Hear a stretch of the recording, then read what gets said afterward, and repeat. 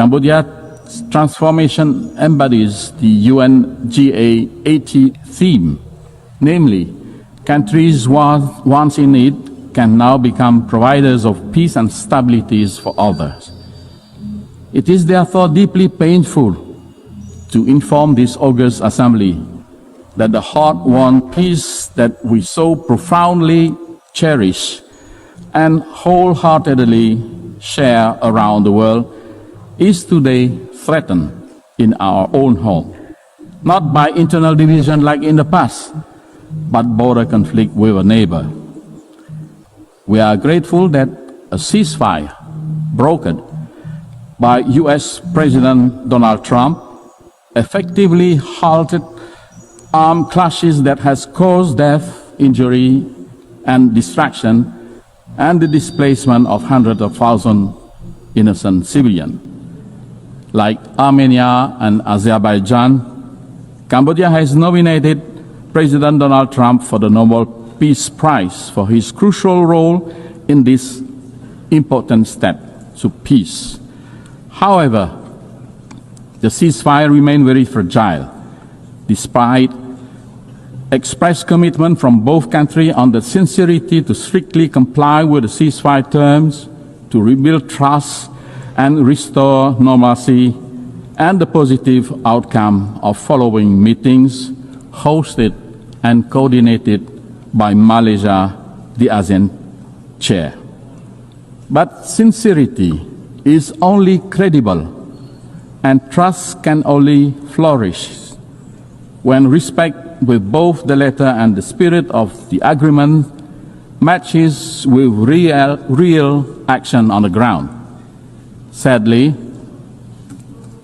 continued unilateral move to impose territorial sovereignty from our neighbor, using forces instead of agreed mechanism, unilateral maps instead of internationally recognized ones that were produced in accordance with treaties that bind the two countries, and countless other actions undermine this trust-building and peace effort.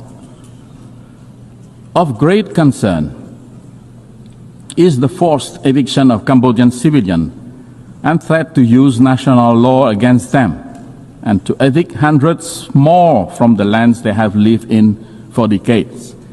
Such way of territorial control on the segment of the border yet to be demarcated demonstrate a clear disregard, not only for the terms of the ceasefire, but also the mutual agreements on the settlement of border issues. In the process, Cambodia's sovereignty and territorial integrity are violated, and the rights and dignity of many Cambodians infringed. Cambodia has consistently and strictly observed the ceasefire, demonstrating good faith and full transparency in the implementation of its term.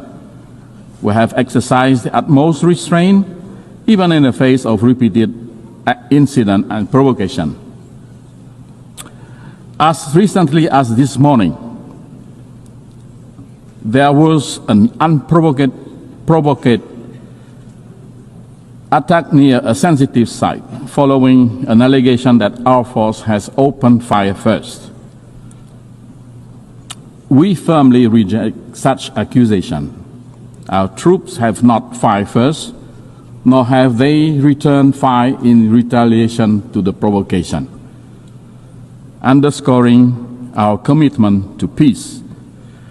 Guided by the same spirit that ended our internal conflict near 3 decades ago, Cambodia reaffirms its call for dialogue and the peaceful settlement of all outstanding issues. We urge strict and sincere adherence to the agreed terms of the ceasefire, full respect for bilateral agreements, and observance of international law, including the Charter of both the United Nations and ASEAN. We earnestly seek the continued support and good offices of the ASEAN Chair and Member States, the Secretary General of the United Nations and relevant UN bodies, as well as leaders around the world, to help de-escalate